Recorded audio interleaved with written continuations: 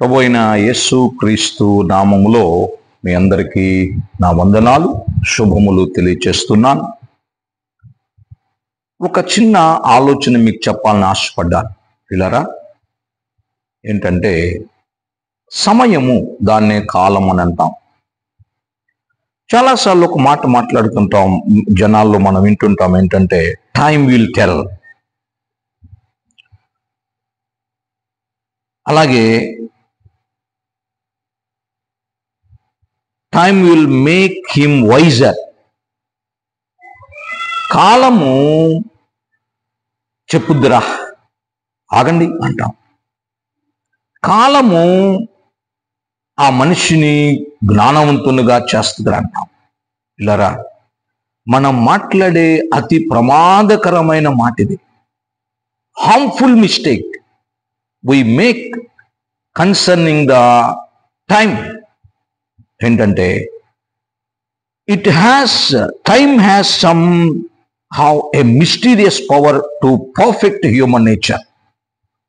No, అది చాలా తప్పు.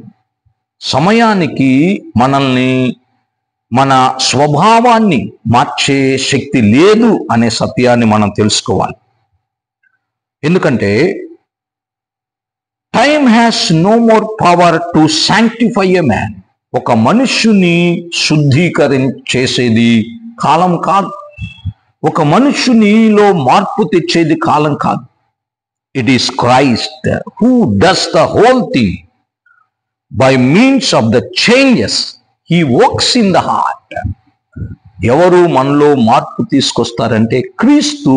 అంటే దేవుని క్రీస్తు, యేసు క్రీస్తు వారి మాట ఒక మనుష్యుడు తన హృదయములోకి ఆహ్వానించడం వలన ఆ మాట సజీవమైంది కాబట్టి, ఆ మాట శక్తివంతమైంది కాబట్టి, అది పవిత్రమైంది కాబట్టి ఆ మనుష్యుల్లో మార్పు చెందాలి అనే కోరిక పుట్టిస్తుంది. కాబట్టి మనం తెలుసుకోవాల్సింది ఏంటంటే కాలము మార్చదు. Time cannot help us. Please remember, it is Christ who helps us. మనం మారాలి, మార్పు చెందాలనేది యేసు క్రీస్తు వారి మాట ద్వారా వస్తుంది. అందుకనే ఒక మాట చెప్తాను. బైబిల్ గ్రంథంలో అపోస్తుల కార్యములో సౌలు అనే ఒక వ్యక్తి మనం విన్నాం. అతడు మార్పు చెందనంత వరకు ఎలా ఉన్నాడంటే, అంటే దేవుని వాక్యాన్ని తనలోకి ఆహ్వానించనంత వరకు, యేసు క్రీస్తు మాట నమ్మనంత వరకు, ఆయన మాట హృదయములోకి ఆహ్వానించేంత వరకు సంఘాన్ని హింసిస్తున్నాడు, దూషిస్తున్నాడు, హాని చేస్తున్నాడని చెప్పాడు. కానీ ఎప్పుడైతే యేసు క్రీస్తు మాత్రమే దేవుడు అని ఆయన విశ్వసించాడో, ఆయన వాక్కుని తన హృదయంలో భద్రం చేసుకున్నాడు, అప్పుడు ఆయనలో మార్పు వచ్చి మహాభక్తుడైన పౌలుగా మారాడు. లేరా, ఈ సత్యాన్ని మనం గ్రహించాలి, దీన్ని మనం తెలుసుకోవాలి. అందుకనే ఒక మాట నేను చెప్తున్న ఒక మాట ఏంటంటే, బైబిల్లో ఒక మాట ఉంది. యెషయా గ్రంథము 55వ అధ్యాయము 6-7 వచనాలు. యెహోవా మీకు దొరుకు కాలమునందు ఆయనను వెదకుడి. నెంబర్ 1, వెదకుడి. నోట్ చేసుకోవాలి.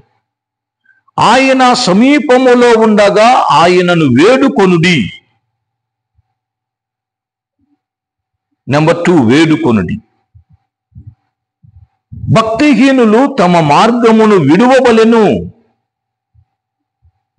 ఫర్సేక్. నెంబర్ 3, విడవాలి. దుష్టులు తమ తలంపులను మానవలెను. నెంబర్ 4, యెహోవా వైపు తిరిగిన ఎడల. నెంబర్ 5, ఆయన వారి యందు జాలిపడును. వారు మన దేవుని వైపు తిరిగిన ఎడల ఆయన బహుగా క్షమించును. సో మనం తెలుసుకోవలసిన మాట ఏంటంటే, మనం గ్రహించాల్సిన మాట, seek the lord, call on his name, forsake, return. ఇవి మనలో దేవుణ్ణి వెదకాలి. 2, దేవుణ్ణి నీవు నేను ప్రాధేయపడాలి, పిలవాలి, వేడుకోవాలి. మన మార్గాల్ని విడిచిపెట్టాలి, దేవుని వైపు తిరగాలి. అంతేకాదు హ్యావ్ మెర్సీ మై లార్డ్ అని అడగాలి. పార్డాన్ మీ, నన్ను క్షమించు అని అడగాలి. అప్పుడు ఇవి ఒక మనిషిలో దేవుడు మాత్రమే కలుగ చేస్తారు పిల్లరా. కాబట్టి మనం మార్పు చెందాలి అనే కోరిక ఎప్పుడొస్తుంటే నీవు దేవుని వాక్యాన్ని అంగీకరించినప్పుడు, దేవుని వాక్యాన్ని హృదయంలో భద్రం చేసుకున్నావు. అంతే తప్ప కాలం మార్చదు, ఎదురు చూచిన కాలం కోసం ఎదురు చూసి మారుస్తుంది అనుకుంటే ఏమీ మార్పు. ఇక్కడ ఒక మాట, యేసు ప్రభువారు పరలోక రాజ్యాన్ని గురించి ఎప్పుడు మాట్లాడుతూ ఆయన ఏమన్నారంటే, పరలోక రాజ్యము అనేది, ఒక వ్యక్తి పరలోక రాజ్యములో ప్రవేశించాలంటే a man must be born again. యోహాను సువార్త 3వ అధ్యాయంలో 3-7 వచనాల్లో ఉంది. అంటే అర్థం ఏంటంటే he must undergo a spiritual change. ఆయనలో, ఆ వ్యక్తిలో ఒక మార్పు, ఆత్మ సంబంధమైన మార్పు రావాలి. కాబట్టి ఆ మార్పు ఎప్పుడు వస్తుంది అని మనం ఆలోచన చేస్తే, క్రీస్తులో మనం ఉన్నప్పుడట. పేతురు భక్తుడు అంటాడు, పేతురు భక్తుడు ఏమంటారంటే ఆయన కూడా, we must partakers of the divine nature. యేసు క్రీస్తు యొక్క దైవత్వములోకి మనం మార్పు చెందాలి. అప్పుడు మనం మారుతాము అనేది దేవుడు చెప్తున్నారు.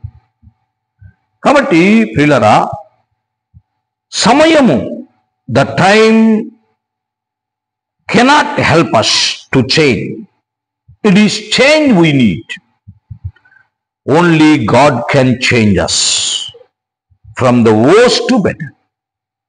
కాబట్టి ఈ ఆలోచన స్వీకరిద్దాం, ప్రభువుని విశ్వసిద్దాం, ఆయన వాక్యాన్ని హృదయంలో చేర్చుకుందాం, మార్పు చెందుదాం, పరలోక రాజ్య వారసులవుదాం. దేవుడు మనల్ని దీవించును గాక.